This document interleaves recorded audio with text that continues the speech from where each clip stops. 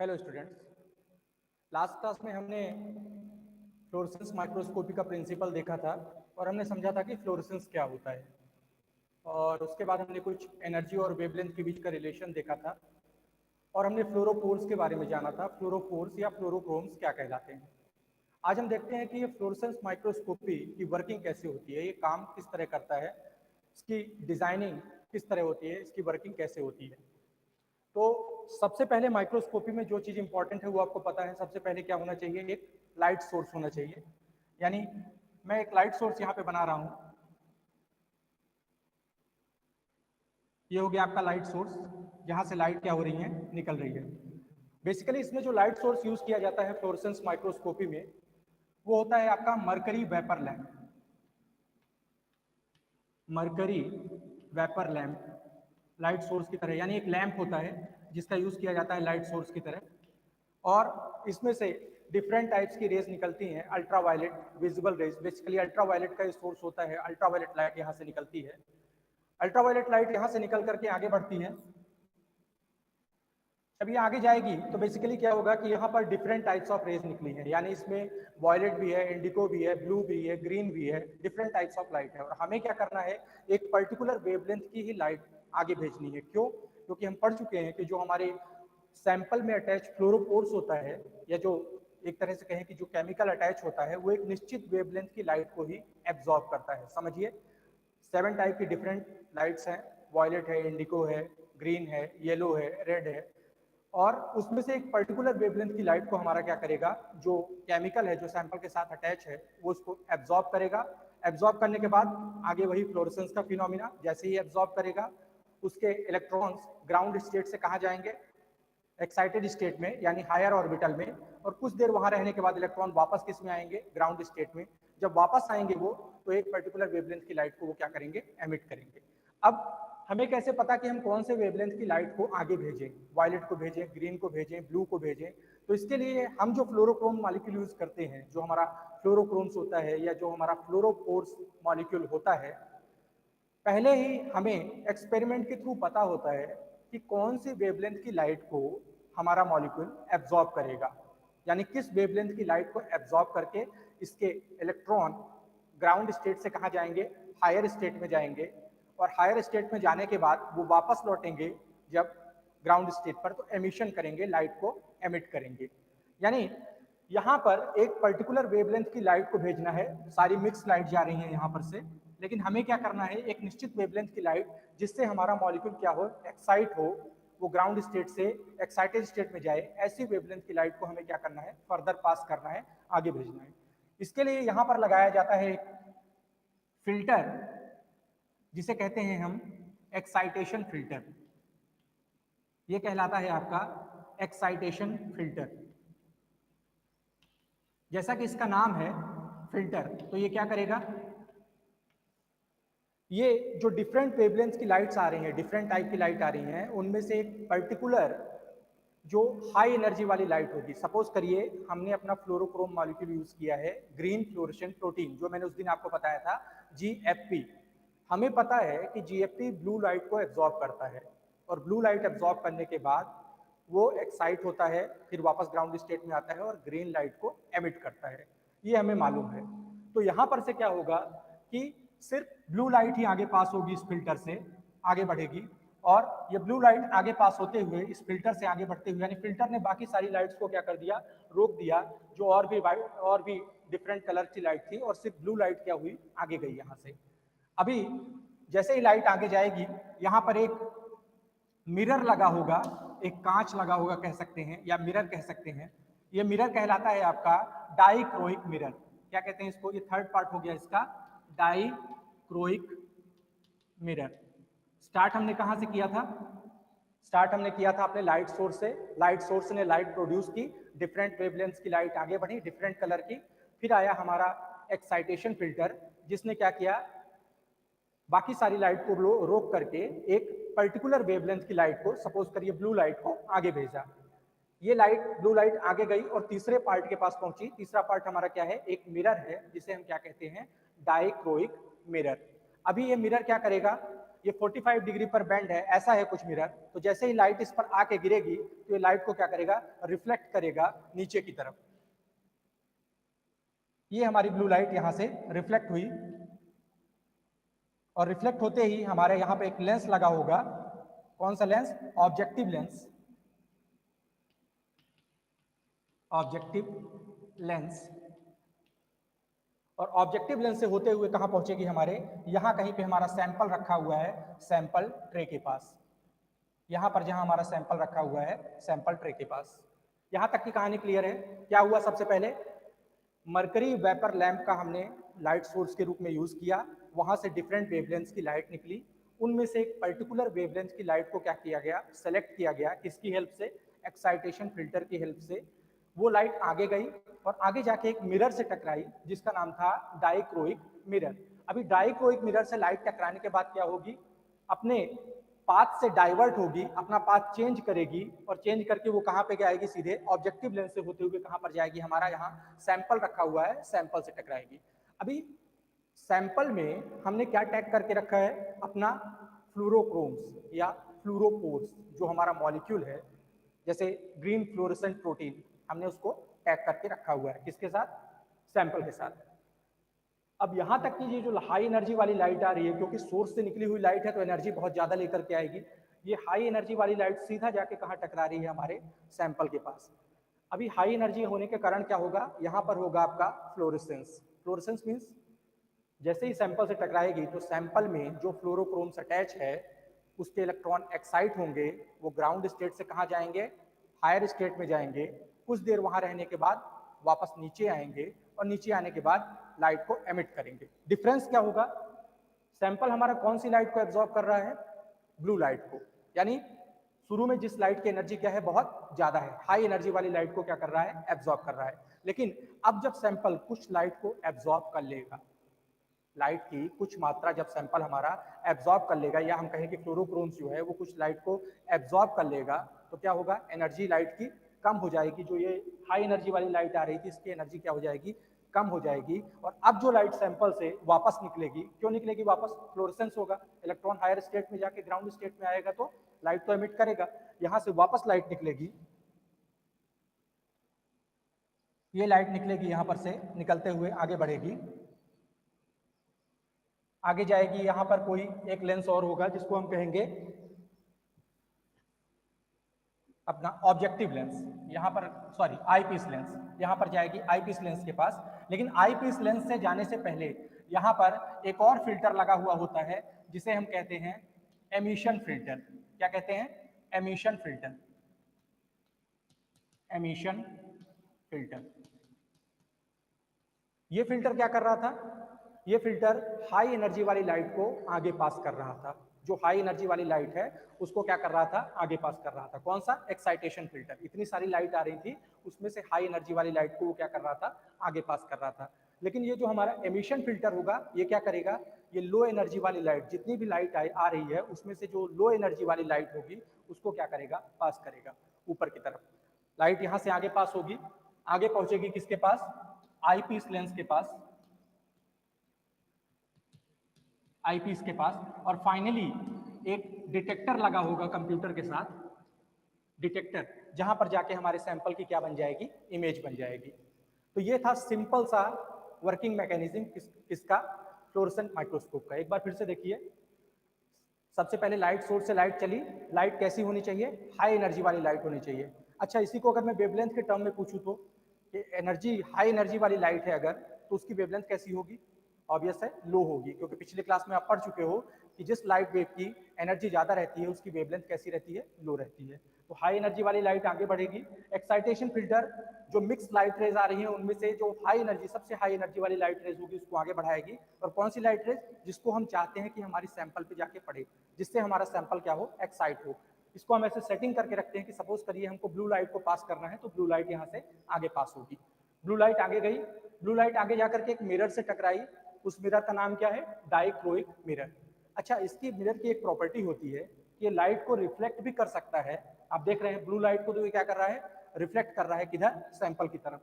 और दूसरी प्रॉपर्टी, इससे लाइट ट्रांसमिट भी हो सकती है, निकल भी सकती है, क्योंकि देखिए जब सैंपल से टकराई लाइट, उसके बाद जब लाइट वापस निकली, ऊपर की तरफ गई, तो वो कैसी हो रही है, मिरर से ट्रांसमिट हो रही है, वापस रिफ्लेक्ट नहीं हो रही है। तो लाइट हमारी आगे बढ़ी, सैंपल से जाके टकराई, वहां पे फ्लोरेसेंस हुआ। फ्लोरेसेंस मतलब इलेक्ट्रॉन एक्साइट हुए, हायर स्टेट में गए, वापस ग्राउंड स्टेट में आए, और वापस ग्राउंड स्टेट में आए तो उन्होंने क्या किया, लाइट को एमिट किया। ये एमिटेड वाली लाइट है। अभी जो लाइट उसके ऊपर पड़ रही थी सैंपल के ऊपर, वो कैसी थी, हाई एनर्जी की और लो वेवलेंथ की। अब जो लाइट सैंपल से निकल रही है वो कैसी है, लो एनर्जी की और हायर वेवलेंथ की। सपोज करिए हमने ब्लू लाइट भेजी थी, अब सैंपल से निकलने वाली लाइट कैसी हो गई है, ग्रीन लाइट। ये इस मिरर को पास करते हुए कहाँ जाएगी, एक और फिल्टर पड़ेगा, एमिशन फिल्टर, जो कि सेलेक्ट करेगा कि कौन सी लो एनर्जी या हाई वेवलेंथ वाली लाइट को आगे भेजना है। ये यहाँ से निकलते हुए लाइट आईपीस लेंस के पास पहुंचेगी और फाइनली एक डिटेक्टर यानी कंप्यूटर स्क्रीन होगी, जिस पर आपके क्या बन जाएगा, सैंपल का डायग्राम बन जाएगा, सैंपल का इमेज बन जाएगी, सैंपल का चित्र बन जाएगा, और उससे आप सैंपल को क्या कर सकते हो, आसानी से एनालाइज कर सकते हो। सैंपल आपका कैसा बनेगा, सैंपल की इमेज कैसी बनेगी, कलरफुल बनेगी, उसको आप आसानी से देख सकते हो। क्लियर हो गई ये वर्किंग। कंफ्यूजन यहाँ पे कहाँ होता है, कंफ्यूजन यहाँ पे ये होता है कि स्टार्टिंग में कभी कभी हम लिख देते हैं कि जो लाइट निकलती है, जो लाइट सोर्स से निकल रही है, उसको हम बता देते हैं कि वो कैसी है, वेवलेंथ में कंफ्यूजन हो जाता है, उसको हम बोल देते हैं हायर वेवलेंथ की है। तो याद रखिएगा, हमेशा सोर्स से जब लाइट निकलेगी तो कैसे निकलेगी, हाई एनर्जी वाली लाइट। और अगर हाई एनर्जी की लाइट निकल रही है तो उसकी वेवलेंथ कैसी होगी, हमेशा लो होगी। और आगे जाकर के जब वो सैंपल से टकराएगी तो उसकी कुछ ना कुछ एनर्जी कंज्यूम हो जाएगी। तो अब जो लाइट निकलेगी, जो एमिट होगी, उसकी एनर्जी कैसी होगी, लो होगी, और वेवलेंथ कैसी होगी, हाई होगी। क्लियर। आगे बढ़ते हैं। यहाँ तक अगर आपको समझ में आया तो फ्लोरेसेंस माइक्रोस्कोप का बेसिक यहीं तक था, जो वर्किंग थी वो यहीं तक थी। इसमें तीन ही चीजें आपको ध्यान में रखनी है, एक तो एनर्जी का वेवलेंथ से रिलेशन, दूसरा फ्लोरेसेंस क्या होता है, और तीसरा इसकी वर्किंग। वर्किंग में कौन कौन से पार्ट है, सबसे पहले सोर्स ऑफ लाइट जिसको मरकरी वेपर लैंप, दूसरा है एक्साइटेशन फिल्टर, फिर है dichroic mirror, objective lens, sample, sample के बाद एमिशन फिल्टर, एमिशन फिल्टर के बाद आई पीस, और फाइनली लास्ट में डिटेक्टर। ये इसके पार्ट्स हैं और ये इसकी नॉर्मल वर्किंग है, एक कंस्ट्रक्शन है किसका, फ्लोरेसेंट माइक्रोस्कोप का। चलिए आगे बढ़ते हैं।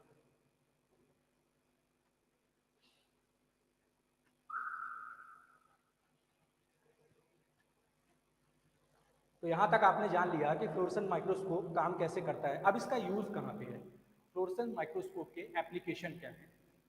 तो देखिए, फ्लोरेसेंट माइक्रोस्कोप का सबसे बड़ा एप्लीकेशन तो यही है कि आपको किसी को पर्टिकुलर प्रोटीन के बारे में पढ़ना है। सेल के अंदर कोई प्रोटीन है, वो कहाँ बन रहा है, उसकी लोकेशन कहाँ पे है, वो कहाँ पर जाके काम कर रहा है, किस जगह पर काम कर रहा है। यानी प्रोटीन की स्टडी करने के लिए या डीएनए की स्टडी करने के लिए, यानी एक स्पेसिफिक स्टडी करने के लिए, चाहे आप प्रोटीन की करो, डीएनए की करो, सेल के अंदर कुछ प्रेजेंट है माइटोकॉन्ड्रिया के करो, उसकी क्लियर स्टडी करने के लिए विथ कलर फोटोग्राफ्स, मतलब कलर पिक्चर के साथ हमको क्या हो, एक स्पेसिफिक उसकी लोकेशन पता चले, उसके लिए यूज करते हैं किसका, फ्लोरेसेंट माइक्रोस्कोप का। तो पहला इसका एप्लीकेशन हो गया लोकलाइजेशन ऑफ प्रोटीन, यानी हमारा प्रोटीन कहाँ पर स्थित है, उसकी स्थिति क्या है, localization of protein, localization of protein. दूसरा इसका यूज क्या हो सकता है, मैंने बताया था कि एक फ्लोरोक्रोम होता है जिसका नाम होता है, लास्ट क्लास में आपको लिस्ट बताई थी, रोडामीन बताया था, ऑरामाइन ओ बताया था, जीएफपी बताया था, फेलॉइडिन बताया था। तो एक फ्लोरोक्रोम्स होता है जिसका नाम होता है क्या, ऑरामीन ओ।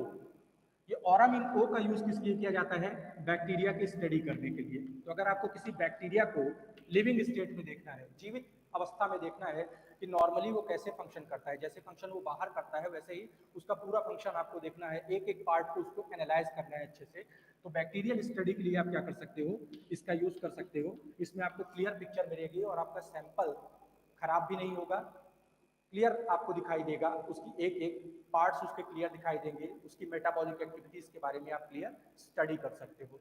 तीसरा इसका यूज है